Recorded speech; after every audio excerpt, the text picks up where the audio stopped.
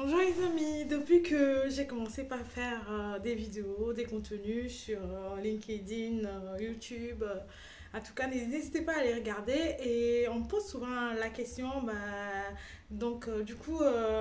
Miss Étonnam, si je mets en place mes outils automatisés, mes outils automatisés, je peux aller dormir, bye bye, l'outil tourne tout seul et fait le suivi, la gestion de projet, orchestre l'implémentation des projets cloud. Et chaque fois, je suis étonnée parce que je me dis, mais comment on peut penser que les outils seuls suffisent pour réaliser une telle merveille. Mais bon, je vais en parler cette vidéo. Comme vous l'avez compris, nous allons parler de quelles sont les bases de c'est-à-dire le fait de rendre ou de donner à vos chefs de projet des outils automatisés à travers les outils no-code des IA tels que Zapier, Make, Airtable, il y en a toute une panoplie, vous le savez. En tout cas, si vous ne le savez pas, n'hésitez pas à le regarder dans mes anciennes vidéos et ça vous donnera un peu une petite idée de ce qu'on peut faire avec ces outils qui aujourd'hui permettent d'automatiser beaucoup de tâches répétitives qui sont dans la gestion, l'orchestration des projets, surtout sur les projets cloud. C'est très intéressant ce que peut réaliser ces outils-là. Donc, comme vous avez déjà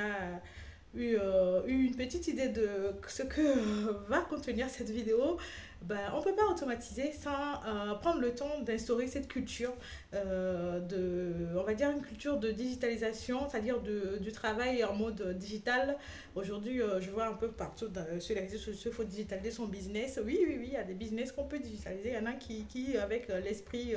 utilisateur, l'esprit client, ça va être difficile de digitaliser l'activité et de le faire accepter par les clients. C'est exactement le cas avec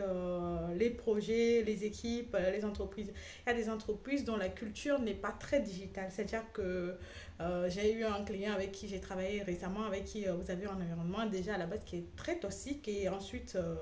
les gens sont vraiment en mode à l'ancienne quoi. Donc pour imposer une telle culture, il va falloir prendre le temps déjà de pouvoir bien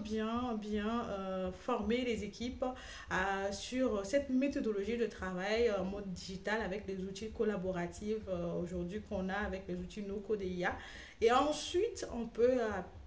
penser à l'implémentation des idées. Donc, c'est ce que j'aimerais un peu mettre en avant aujourd'hui dans cette vidéo, c'est ne pas tout de suite se lancer dans l'automatisation, l'utilisation de l'IA, de non-code, dans le fait d'automatiser vos processus de gestion projet, mais d'abord prendre le temps d'instaurer cette culture, de former les équipes qui sont concernées et ensuite d'implémenter, choisir ces outils, les implémenter parce que sinon, si je prends un exemple concret, par exemple mon outil de gestion de projet que j'appelle tout gentiment assistant ou copilote projet, c'est un outil qui est construit à la base sur des données de base de données qui permet en tant que formulaire aux utilisateurs ou aux équipes avec lesquelles le chef de projet travaille de renseigner les tâches, renseigner les charges, renseigner les coûts, etc. etc. Comme vous avez l'habitude de l'écouter, je pense que c'est une musique qui est assez fréquente pour ceux qui ont déjà fait des projets. Donc, si vous ne prenez pas le temps de former les équipes, vous ne prenez pas le temps d'éduquer, c'est un peu fort, mais bon, d'instaurer cette culture digitale que je remarque bien déjà sur les plateformes freelance où on cherche des chefs de projet, managers digital 100% remote. Si vous ne prenez pas le temps d'instaurer cette culture, ça va être compliqué d'amener ses collaborateurs à collaborer et sans cette donnée, vous ne pouvez pas automatiser cette partie ou sinon vos processus de gestion de projet. Donc, on a vraiment besoin que chacun joue sa partition pour que la musique sonne bien à l'oreille et que l'outil puisse être bien exploité pour faire du cadrage de projet, savoir quelles sont les tâches, les risques, qu'est-ce qu'on doit mettre en place comme stratégie. Donc, il faut vraiment la collaboration et cette culture digitale au sein des équipes pour que chacun aille mettre à jour ses tâches, chacun soit, une fois qu'il est notifié, et qu'il soit conscient de ce qu'on attend de lui pour pouvoir cadrer et mettre en place ce qu'il faut comme action pour rectifier le tir si on remarque que le projet est en train de dévier. Donc c'est un peu on va dire, mon coup de gueule